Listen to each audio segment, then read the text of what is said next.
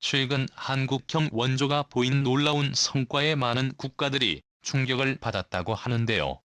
이에 전 세계 국가들이 저소득 국가에게 제공하는 공적개발 원조기금 전부를 한국이 운영할 수 있게 하자는 이야기가 나왔다고 합니다.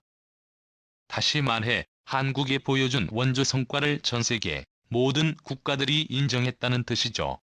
몇십 조에 달하는 엄청난 금액을 한 번에 손에 쥐게 된 한국, 그리고 이를 질투하며 한국을 음해하려 했던 일본의 행태에 대해 지금부터 자세하게 설명해 드리겠습니다. 한강 얘기죠. 일제강점 기어 6.25 전쟁을 거치면서 한국에겐 어떤 것도 없었습니다. 풍부한 자원이나 잘 구비된 인프라는 꿈도 꾸지 못하는 상황이었죠. 오로지 한국에게 남은 것은 황폐한 땅과 불굴의 한국인 뿐이었습니다.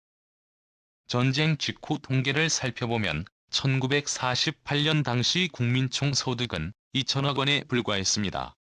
1인당 국민소득은 23달러에 지나지 않을 정도로 극심했죠.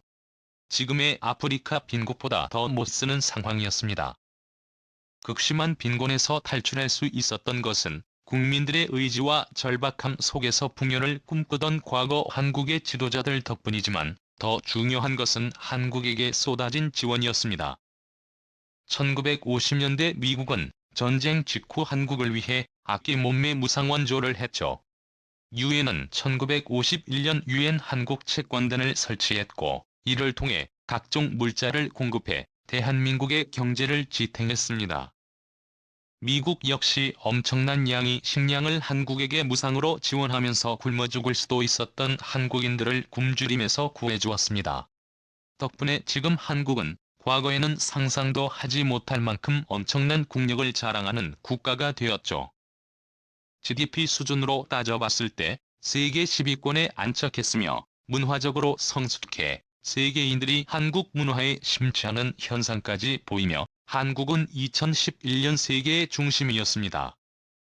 경제 규모도 성장하고 의식 수준도 성장했기에 한국은 개발도상국 위치에서 선진국 위치로 바뀌게 되었죠. 유엔 무역개발회의는 설립 이래 최초로 한국을 개도국 지위에서 선진국 지위로 변경했습니다. 또한 지원을 받는 국가에서 공용으로 거듭나면서 한국은 과거 가난한 국가였던 시절 받았던 은혜를 갚으며 아프리카를 비롯한 저소득 국가를 대상으로 공적개발 원조를 시행하고 있죠. 2009년 한국은 세계 최초로 OECD 개발원조위원회에 14번째 국가로 가입하는 쾌거를 이루게 됩니다. 공식적으로 원조받던 국가를 졸업하고 지원하는 국가로 공여국으로서 자리매김하며 한국의 위엄을 전 세계에 널리 알렸습니다. 이후 지속적으로 개발 원조에 나서며 한국만이 할 수 있는 활동을 전개했죠. 압도적인 자원으로 저소득 국가들에게 금액을 쏟아붓는 미국이나 서유럽과 달리 한국은 원조받던 시절의 경험을 살려 다른 국가와는 차원이 다른 한국형 원조를 선보이며 효율적인 자원 운용을 선보였습니다. 그 결과는 놀라웠는데요. 한국에게 지원을 받은 국가들은 빠른 속도로 자립하며 계속해서 지원금을 받은 국가들과 달리 자생산업을 개발, 이를 이용해 자국민이 일할 수 있는 환경을 만들었죠. 특히 아프리카 국가들은 한국형 원조에 많은 수혜를 입은 국가들로 한국의 도움에 감사의 인사를 전했다고 하는데요. 세네갈은 K-농업 기술을 전파받아 부족했던 농업을 끌어올릴 수 있었고, 케냐는 한국 가전제품을 수입하며 첨단기기의 혜택을 누릴 수 있게 되었습니다. 이 모든 것을 지켜본 유엔은 한국의 지원에 깊은 감명을 받았는데요. 서구권에서 몇십 년 동안 엄청난 양의 돈을 지원해도 자립하지 못하던 국가들이 한국의 지원 한 방이면 자립할 수 있는 힘을 기르는 것을 보고 한국에게 전적으로 금액은 물론 지원 방법까지 맡기겠다고 결정한 것입니다. 2012년 유엔 총회에서 지금까지 모은 돈과 앞으로 투자할 공적 자금을 합쳐 한국에게 운영을 맡길 것이고, 한국형 원조로 저소득 국가들에게 실질적인 도움이 될 수 있게 계획을 짤 것이라는 소문이 돌았습니다. 다시 말해 세계 국가들이 한국형 원조를 인정한 곳인 셈이죠. 그동안 공적개발원조나 기타 무상원조 방식은 단순했습니다. 많은 자원을 가지고 직접 그 나라에 전달하면 식량이 부족하면 돈이 부족하면 돈을 지원하는 것이 전부였죠. 적인 방식의 지원은 순간의 고통만에 치료할 뿐 근본적인 원인을 제거하지는 못했습니다. 한국의 원조는 전통적인 서구식 원조 방법과는 달랐습니다.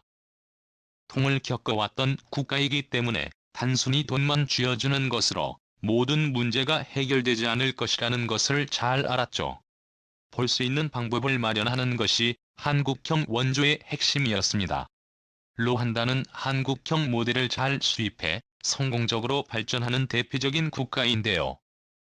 과거 폴 카가메 루안다 대통령은 한국의 경제 개발에 주목해 한국형 원조만이 루안다를 구원할 수 있을 것이라 판단했죠. 루안다는 한국의 통신 서비스를 도입해 자국에 적용시켰습니다. 호주의 롱텀 에볼루션 합작회사를 세우고 루안다 전역에 인터넷 호지 통신망을 깔아 IT 분야에서 아프리카의 한국이 되겠다는 전략이었죠. 단순히 돈만 제공해서 인프라를 깔게 하는 것이 아니라 한국 기술자들에게서 기술을 배워 르완다에 뿌리내릴 수 있게 한 것이 중요했습니다. 덕분에 르완다는 아프리카 국가 내에서 수준 높은 IT 환경을 구축하고 있죠. 아프리카 코트디부아르 역시 한국에서 새마을 운동 방식을 배워 마을 주민들끼리 서로 협력해 소득과 교육 수준을 끌어올렸습니다. 아프리카 개발은행과 함께 핵심 정말 두 곳에 선정 새마을 운동 시범 사업을 벌였는데 이게 제대로 대박이 난 곳입니다. 5인 1조의 소득 증대반을 운영하고 공동사업의 가치를 깨닫자 돈 버는 것의 즐거움과 재산 증식의 가치를 깨닫는 아프리카 원주민들은 아침마다 새마을 운동의 가치를 선창하는 모습을 보였다고 하죠. 마을 주민들이 직접 그 효과를 체험하게 만들어 단순히 돈을 직접 받는 것에서 벗어나 자립할 수 있게 만드는 것이 큰 특징인 한국형 원조는 세계은행은 물론이고 유엔개발계획과 같은 단체들의 관심을 받으며 한국의 지원 방식은 차원이 다르다는 감탄을 불러일으켰습니다. 아프리카는 아니지만 캄보디아는 한국의 도움을 받아 옥수수 신종자를 개발해 캄보디아 전역에 퍼뜨렸습니다. 기존 품종보다 수확량도 많고 가격도 저렴해 농가의 큰 수입원이 되었죠. 이 내용은 2019년 유럽 상공회의 소백서에도 소개되어 큰 화제를 불러일으켰습니다. 에콰도르에도 비슷한 사업이 추진되어 농업 측면에 있어서 한국형 원조가 얼마나 의미 되었는지 알 수 있게 해주었죠. 설령 원조가 끊기더라도 자생적으로 먹을 수 있는 방법을 찾게 되니 세계 저소득 국가에서 한국의 지원을 원하는 것은 당연한 일이라 할 수 있습니다. 선진국 클럽이라 부르는 경제협력개발기구 총장직을 15년간 수행한 앙헬 구리아 사무총장은 인터뷰를 통해 한국이 보여준 성과는 놀라운 일이라며 극찬을 아끼지 않았습니다.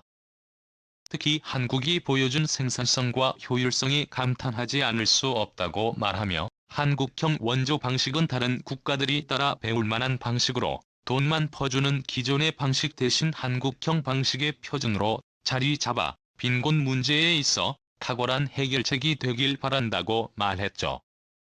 제한된 금액으로도 놀라운 성과를 거두는 한국이 만약 엄청난 유엔 지원금을 위탁받아 이를 운영하게 되면 지금보다도 더 강력한 영향력을 발휘할 수 있게 됩니다. 사회적으로 선한 영향력을 미치는 한국과는 달리 일본은 공적개발원조의 본뜻을 잊어버린 채 자국 영향력을 늘리기 위한 수단으로 지원을 아끼지 않고 있는데요. 인도네시아에 건설한 고토 판장대는 이런 일본의 야욕을 볼 수 있는 지원 사업이라고 볼 수 있습니다. 인도네시아에 진출한 일본 기업의 에너지 수요를 충당하기 위해 추진된 때면 마을 주민들의 생존을 위협하는 일이 되었습니다. 일본 정부의 반응을 지켜본 이들은 주민들을 도와 대규모 공적 원조를 시행한 일본국제협력은행과 일본 정부에 소송을 걸어 환경 피해와 터전 손해에 대한 보전을 주장했습니다.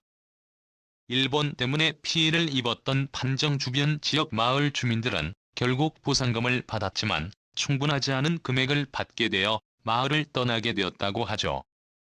오히려 마을 주민들을 떠나게 만드는 최악의 사례가 되었는데요. 한국이었으면 주민들과 상생할 수 있었을 것입니다. 지금도 일본은 전통적인 방식으로 지원을 하는 데다가 자기 이익을 위해 공적개발 원조를 이용하고 있는 상황. 세계의 많은 이들은 일본의 야욕을 눈치채고 이를 비난하며 한국에 도움을 요청하고 있습니다. 이런 와중에 일본은 한국이 대규모의 자금을 운용하게 되고 이를 관리한다고 하자 있을 수 없는 일이라고 하며 한국의 금액 운용에 대해 반대의 목소리를 높였다고 하는데요. 이 와중에 오히려 일본의 유엔 기금 부정 사용이 드러나 유엔 회원국들은 기금 운용에 있어 방해 요소인 일본을 회원국에서 퇴출시켜야 한다는 주장을 펼쳤다고 합니다. 일본은 한국을 방해하려다 지금까지 쌓인 오퍼를 청산하게 생겼죠. 앞으로도 한국이 지속적으로 한국형 원조에 아낌없는 지원을 하길 바라며 유엔의 지원을 받은 한국이 세계 빈곤 퇴치의 선두주자가 되길 바라겠습니다. 시청해주셔서 감사합니다.